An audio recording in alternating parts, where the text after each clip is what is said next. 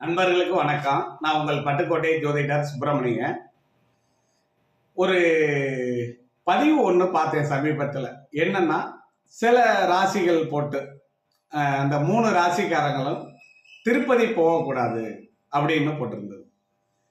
பொதுவாக ஒவ்வொரு ராசிக்கும் சில கோயில்கள் இருக்கு, சில கிரகங்களுக்கும் அந்த ஆதிபத்தியம் பெற்ற சில கோயில்கள் இருக்கு.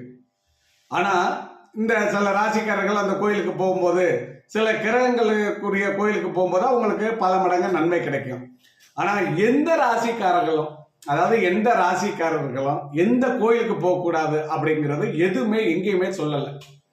அதனால தாராளமா 12 ராசிக்காரர்களும் 27 நட்சத்திரக்காரர்களும் தாராளமா நீங்க திருப்பதிக்கு போகலாம்.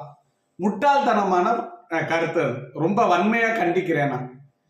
அதாவது சில கோயில்களுக்கு போறதை தடுக்கிறதுக்காக, சில மனிதர்களுக்கு கிடைக்கக்கூடிய நன்மையான சக்திகளை தடுக்கிறதுக்காக சில முட்டாள்கள் பறக்கக்கூடிய ஒரு விஷயம்.